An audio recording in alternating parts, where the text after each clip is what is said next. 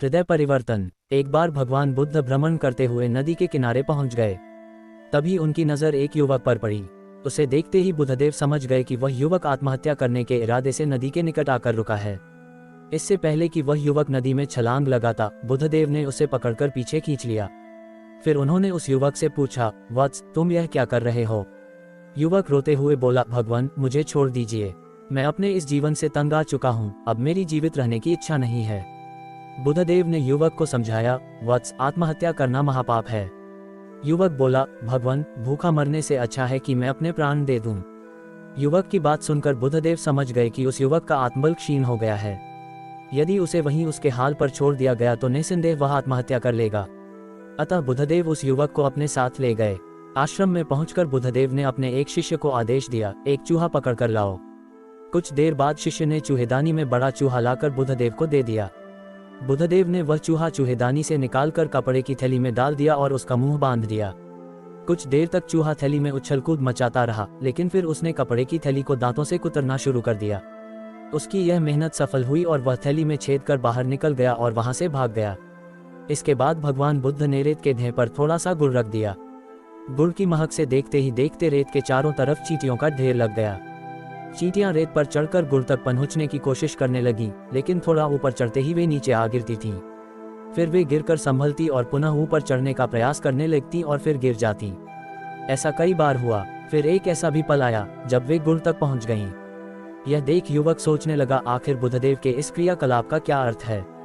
आखिर वे ऐसा क्यों कर रहे हैं? जब उससे रहा नहीं गया तो उसने उनसे पूछ ही लिया, भगवान, यह आप क्या कर रहे हैं? बुद्धदेव ने मुस्कुराते हुए कहा, वत्स, मैं तुम्हें जीवन का अर्थ समझा रहा था। जीवन एक संघर्ष है, यह तुमने अपनी आंखों से देखा है। चूहा चूहेदान में फंसा और फिर मैंने उसे थैले में बंद कर दिया। चूहा कितनी देर से थैली से बाहर निकलने के लिए उछल कूद मचाता रहा, मगर जब उसे बाहर आने का रास्ता नहीं मिला तो उसने खुद बाहर निकलने का रास्ता बना लिया और वह अपनी इस मेहनत में सफल भी हुआ। दूसरा प्रयोग, मैंने तुम्हें रेत के ढेर पर गुड़ रख कर दिखाया।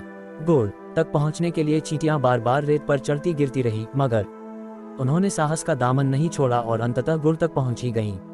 ऐसे ही मनुष्य का जीवन है। मनुष्य की राह में बाधाएं, कठिनाइयां तथा असफलता आती रहती हैं, लेकिन इसका यह मतलब तो नहीं कि वह हिम्मत हार बैठे और आत्महत्या कर इस अमूल्य जीवन को नष्ट कर दे। जीवन एक संघर्ष है। हर समस्या का समाधान है। आवश्यकता है तो सिर्फ साहस की। खुद में आत्मविश्वास पैदा करो पुत्र। भगवान बुद्ध के इस उपदेश को सुनकर युवक का हृदय परिवर्तन हो गया। उसने आत्महत्या न करने की कसम खा ली। आप सभी का इस बेहतरीन कहानी कुछ सुनाने के लिए बहुत बहुत शुक्रिया। थैंक यू, धन्यवाद। जय श्री महाकाल, जय बम भोले। आप व्यस्त रहें, मस्त रहें, आनंदित रहें, जीवन में लगातार उन्नति करें, इसी कामना के साथ में जय जय महाकाल। जीव हत्या पाप है। एक बार भगवान बुद्ध घूमते हुए एक नदी के किनारे पहुंचे। वहां उन्होंने देखा कि एक मछुआरा जाल बिछाता और उसमें मछलियां फंसने पर उन्हें किनारे रखकर दोबारा जाल डाल देता। मछलियां पानी के बिना तड़पती हुई मर जाती। बुद्ध यह देखकर द्रवित हो गए और मछुआरे के पास जाकर बोले, भैया, तुम इन निर्दोष मछलियों को क्यों पकड़ रहे हो? मछुआरा बोला, महाराज, मैं इन्हें पकड़कर बाजार में बेचूंगा और धन कमाऊंगा। मछुआरे की बात सुनकर बुद्ध बोले, भाई, तुम मुझसे इनके दाम ले लो और इन मछलियों को छोड़ दो। यह सुनकर मछुआरा खुश हो गया। उसने बुद्ध से उन मछलियों का मूल्य लेकर मछलियां बुद्ध को सौंप दी। बुद्ध ने जल्दी से सभी तड़पती हुई मछलियों को वापस नदी में डाल दिया। यह देखकर मछुआरा दंग रह गया और बोला, महाराज, आपने तो मुझसे मछलियां खरीदी थीं, फिर आपने इन्हें वापस पानी में क्यों डाल दिया?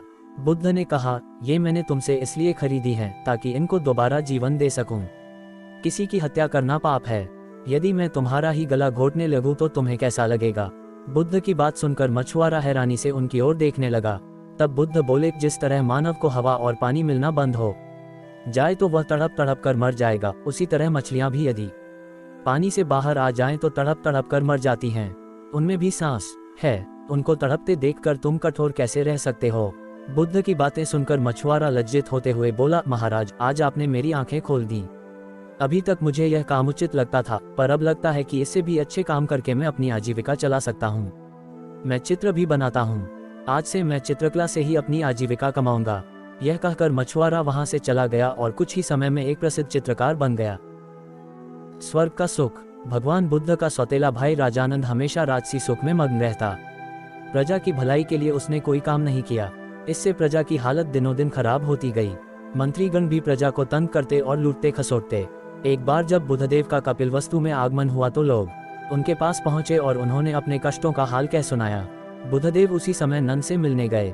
नंद उस समय महल में नृत्य संगीत का आनंद ले रहा था।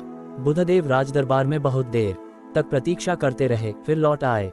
जब थोड़ी देर बाद बुद्धदासी ने उनके वापस जाने की बात नंद को बताई तो उसे दुख हुआ और उसने बुधदेव से माफी मांगने का निश्चय किया। जाने से पहले जब वह रानी के पास गया तो वह उस समय हाथों पर सुगंधित लेप लगा रही थी। उसने अनमने ढंग से कहा, जाए, मगर मेरे हाथों का लेप सूखने से पहले लौट आइए।